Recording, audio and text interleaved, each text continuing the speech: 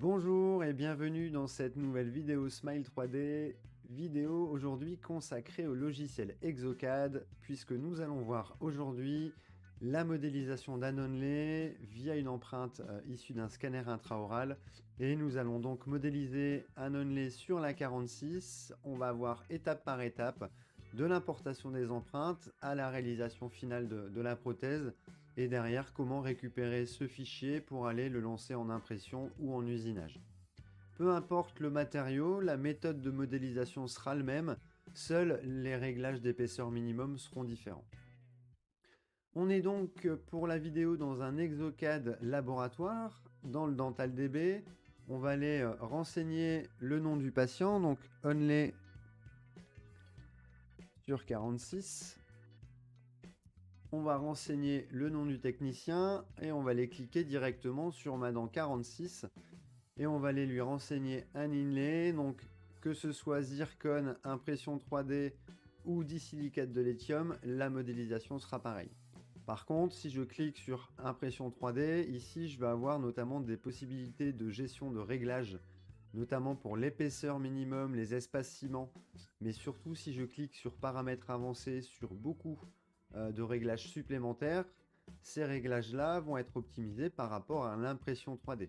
Forcément, si je paramètre des réglages sur l'impression 3D, mais que je sélectionne le disilicate de lithium, je serai sur les épaisseurs minimum du disilicate et pas sur ceux de l'impression 3D. Donc on va bien valider ici le type de matériau. On va pouvoir renseigner la teinte, mais ça ne change pas beaucoup.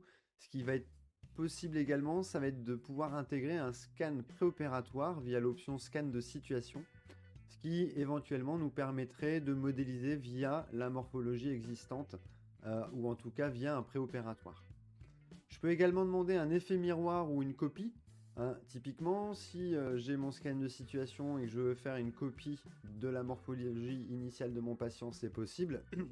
Mais si je veux un effet miroir de la dent opposée, donc là en l'occurrence la 36, je peux également demander un effet miroir de cette 36.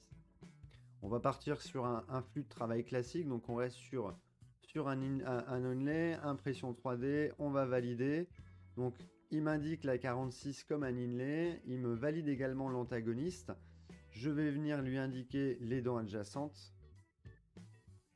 Et tout en bas, on va également indiquer le type de scannage et on va demander un articulateur, puisque par la suite, je voudrais régler l'occlusion de façon avec les latéralités et non pas de façon statique. Donc je suis obligé ici d'avoir l'option articulateur virtuel de débloquer sur mon Exocad pour pouvoir gérer l'occlusion de façon latérale. Si je n'ai pas cette option-là, je ne pourrai gérer l'occlusion que de façon statique.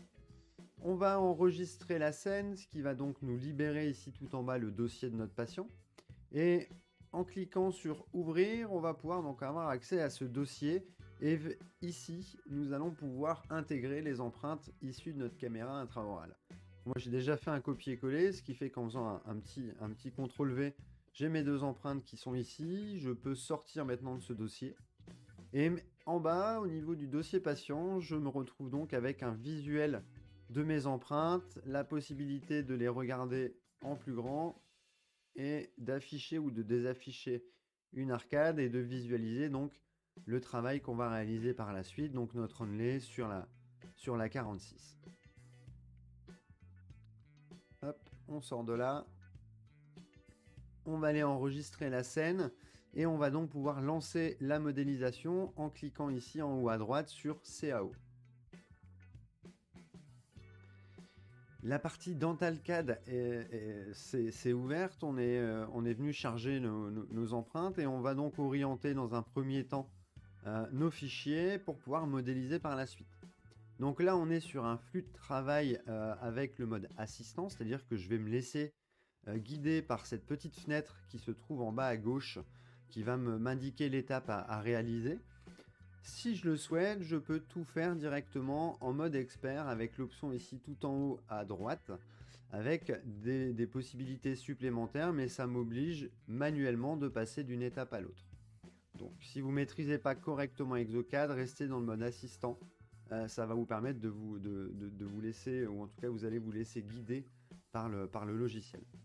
Donc on est venu l'orienter, on va donc maintenant indiquer l'articulateur, donc on peut voir qu'il n'est pas du tout dans le bon sens. On a donc l'articulateur artificiel qui vient de s'ouvrir, on va pouvoir choisir le modèle si on s'est trompé.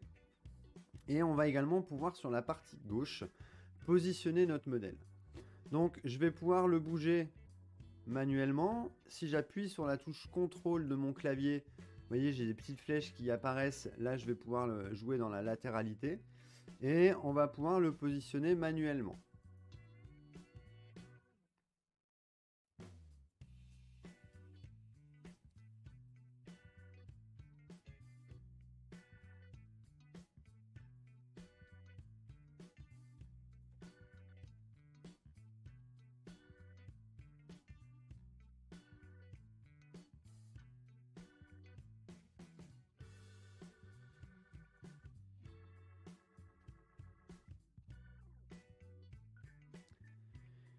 Une fois que le positionnement est au plan, on va donc valider ici son positionnement.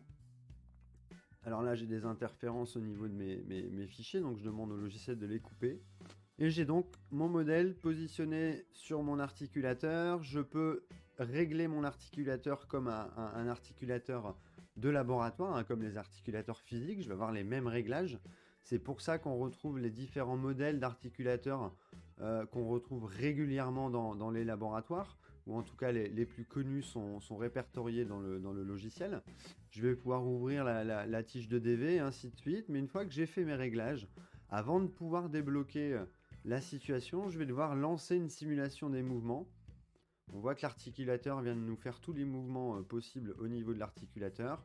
Et là maintenant, je peux passer à l'étape suivante et débloquer cette option. À partir de maintenant, tout le long des étapes suivantes, on va voir en haut à gauche la petite fenêtre de l'articulateur. Je vais pouvoir ouvrir et fermer en latéralité, en protrusion, et ainsi de suite. Toujours dans le mode assistance, on va cliquer sur suivant et là il me demande de délimiter la limite cervicale afin de pouvoir modéliser la dent par la suite.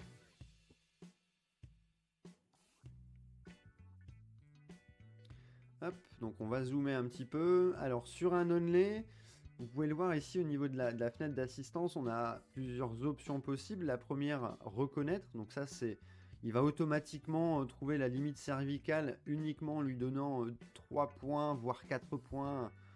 Généralement il trouve une limite complète. Soit je vais la dessiner, soit je vais pouvoir la réparer.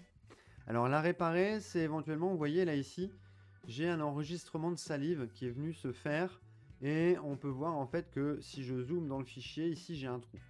Donc concrètement, la limite elle est là en dessous dans la réalité, elle n'est pas là au-dessus.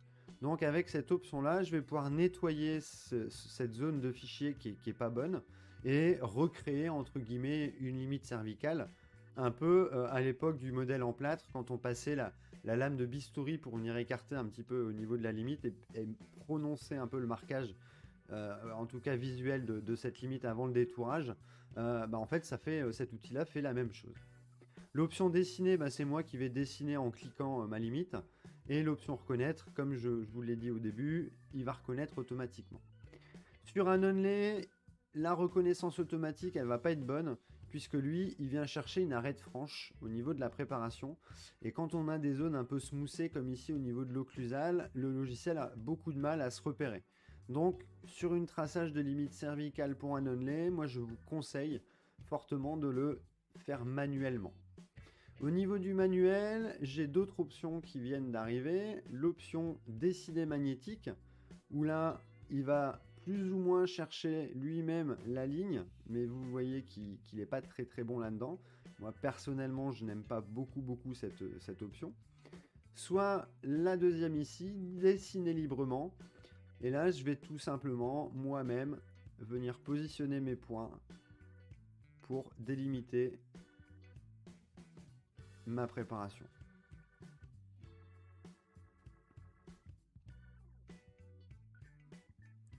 Je peux bouger mon modèle dans tous les sens afin de me donner un axe de vue plus intéressant.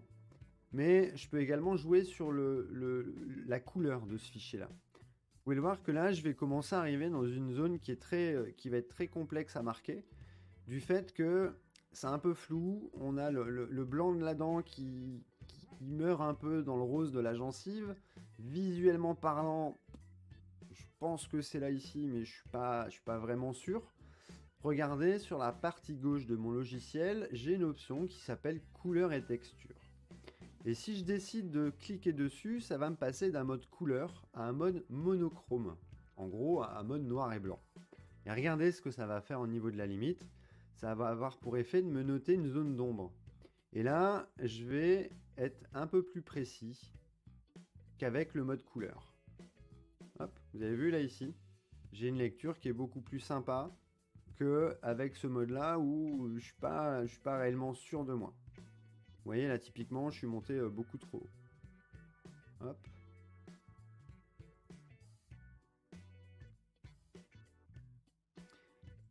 Et pour terminer et valider cette limite cervicale, je reprends le premier point. Tout est marqué et si éventuellement ici je me suis trompé et que la cuspide, finalement je voudrais la prendre, je peux remodifier les points si besoin.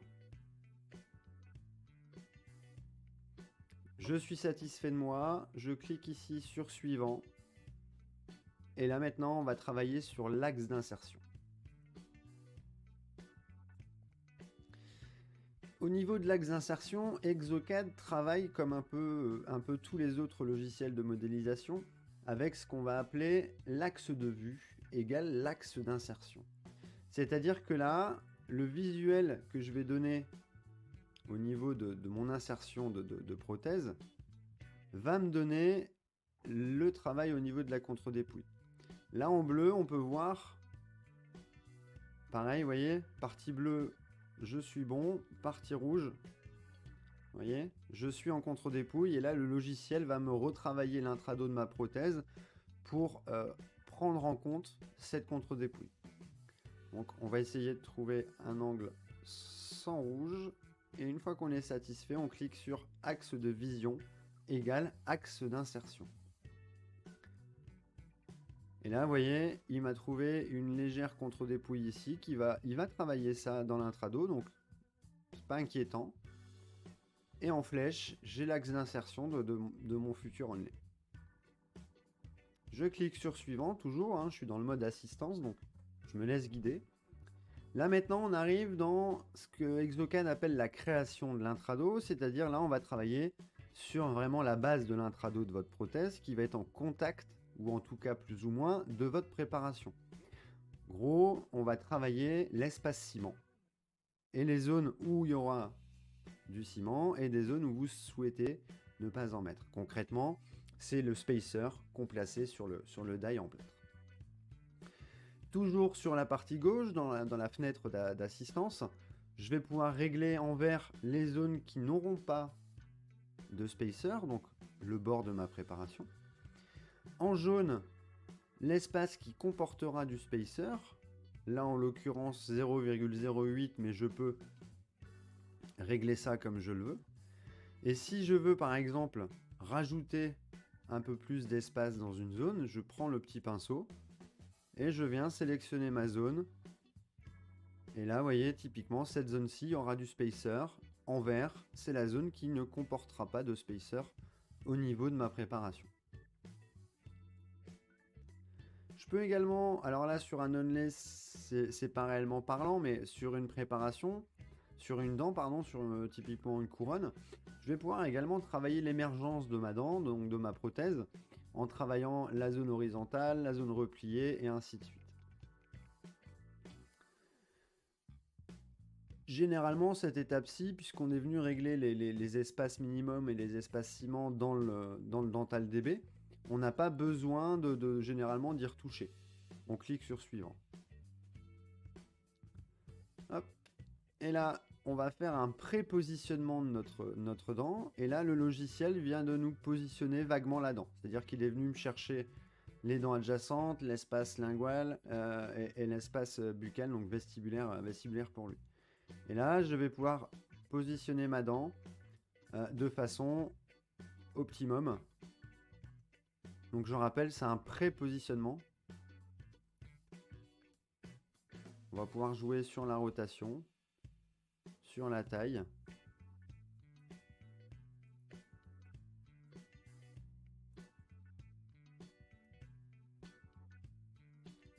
Une fois qu'on est satisfait, on appuie sur suivant. Et là, le logiciel est en train de nous adapter la dent, ou en tout cas la morphologie, par rapport à la préparation. Je vais pouvoir remodéliser ça. Typiquement, je veux lisser un peu. Je veux ajouter de la matière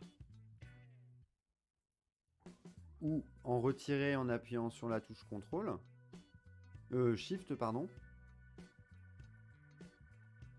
Et on va pouvoir également retravailler les sillons avec le petit pinceau ici. Hop, on se met comme ça et on va aller appuyer sur Shift et au lieu d'ajouter, on va venir retirer de la matière.